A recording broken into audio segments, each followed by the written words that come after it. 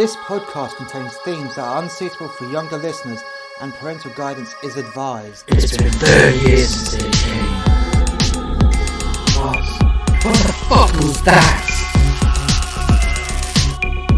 The Andromeda Galaxy sucks. Hold on, guys! It's been 30 years. Well, guys, it's been a pleasure working with you. Elvis, Frank, we wouldn't have been able to do this without you. You do know this. I know, Henry. I fucking know.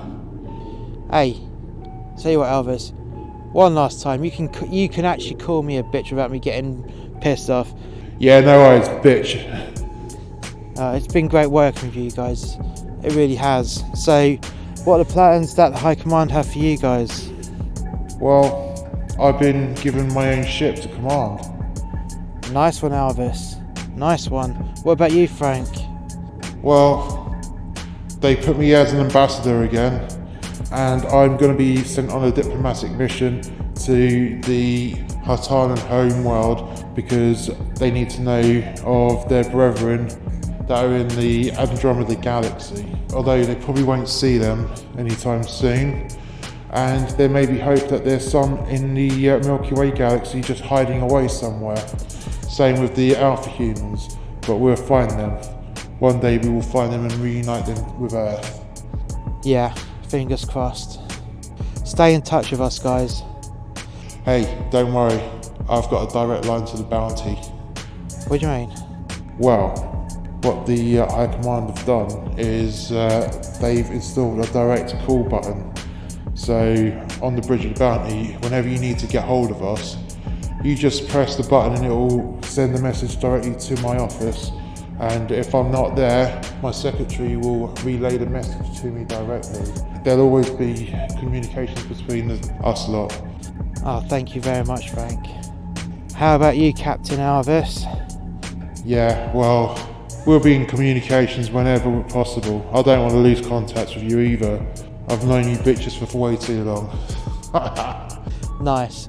So what's the name of the ship they've given you? They said that I could name it. Who are you naming the ship after? I think I'm going to name the ship Chi-Chi. That's interesting, naming your ship after my lady. What brought you to that decision? All ships have to be bitches. Your missus is the biggest bitch of them all. Oi! I'm only joshing you. I have picked up humour since I've been around you guys a lot. No, it's because she's the bravest lady that I've ever known, and quite brutal.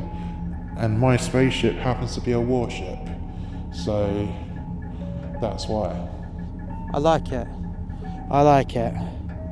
Right, well, we must be on our way. The Chi-Chi will be picking us up any moment now, and Elvis is going to be dropping me off back at the homeworld. That's a nice first mission. Yeah, it is. It is. Right, well, farewell, guys, and we'll catch you soon. Farewell.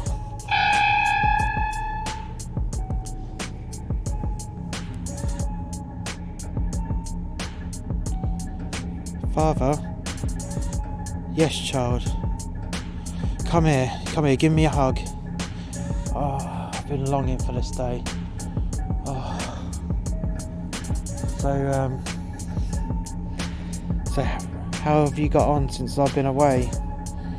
Well, they put me through a lot of training to try and get my mind back, to break the brainwash the Anunnaki put me through since I was a child. And it is painful, I have to say. There are some atrocities that I'll never be able to forgive you and Henry for. Especially Henry, where he murdered my husband. Because at the end of the day, I did love him.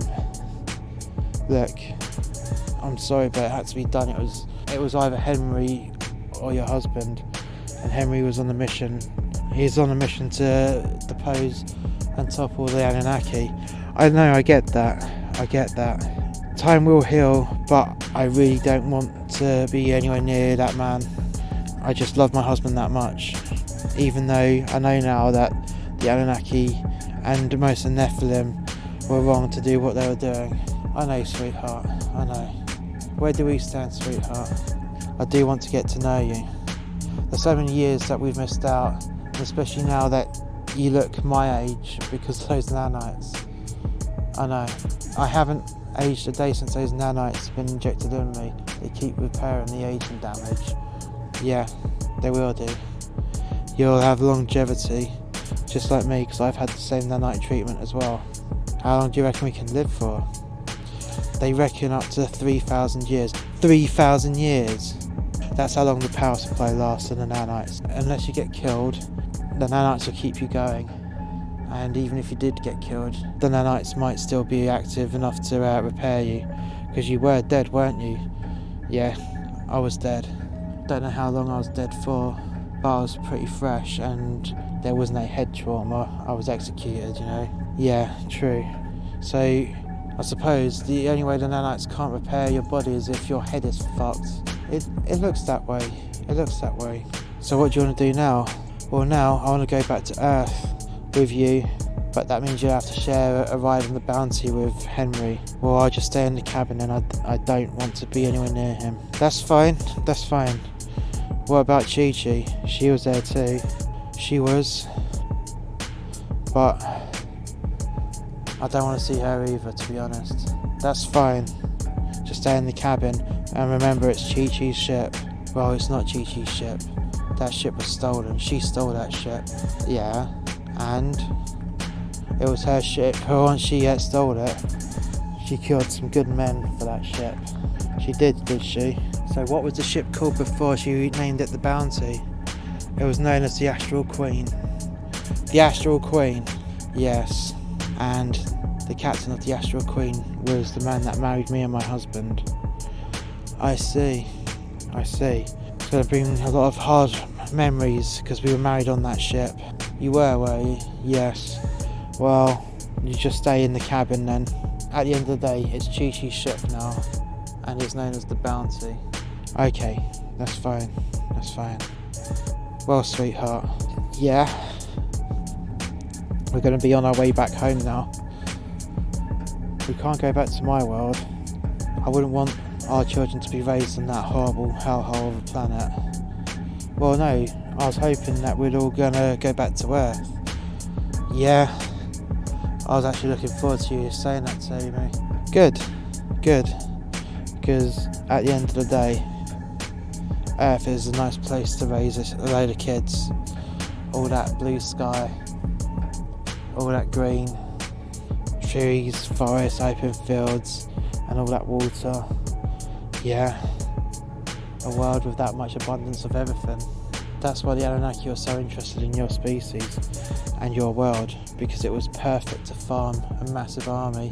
There was so much food and so much life, and your population was one of the biggest populations that they managed to decimate many times. Yeah, I know, baby, I know.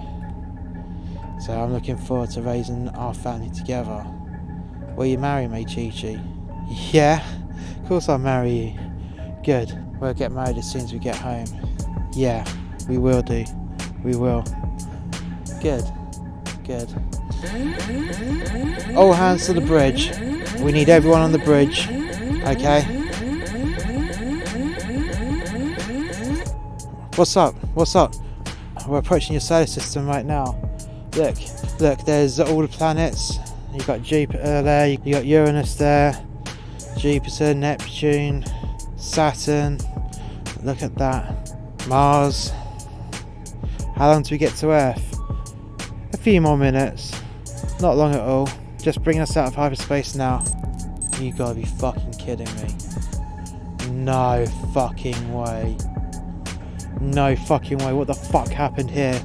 What the fuck's gone on? Shit. Let's get on the horn to the Greys. Look, they might be able to fill us in. What's gone on? Well, what the fuck have they done to our moon?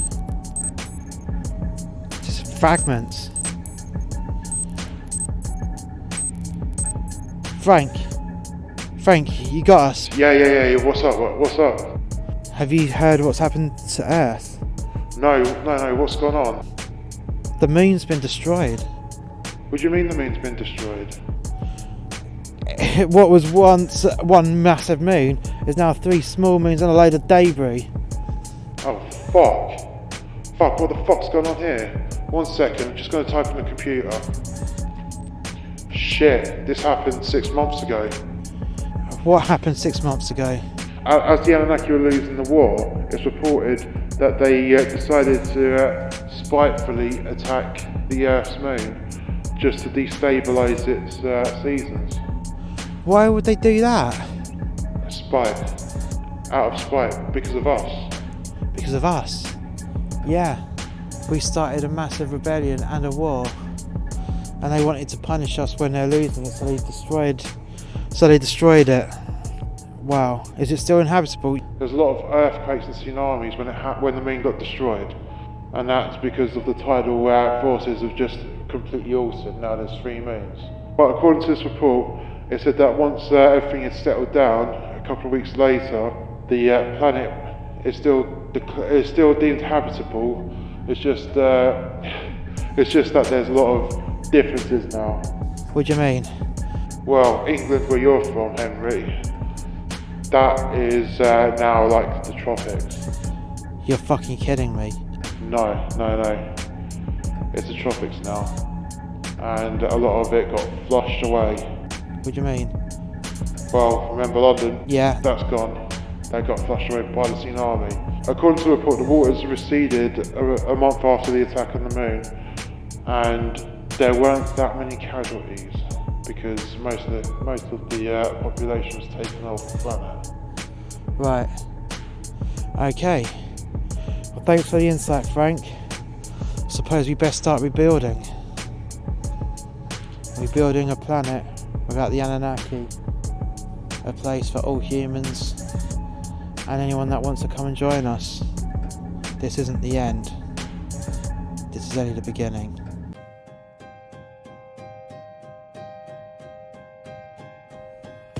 Thank you for listening. Please come back next week for the next episode.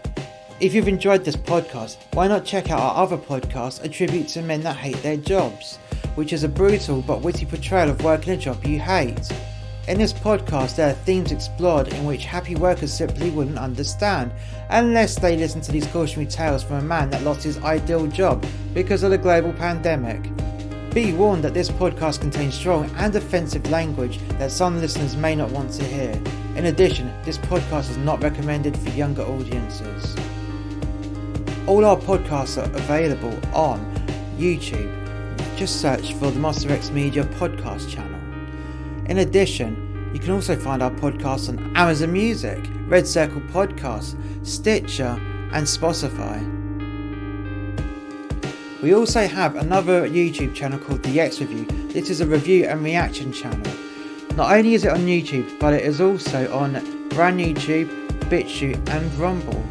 You can also find us on Facebook, Gab, Twitter and Parler. All the links are in the description below.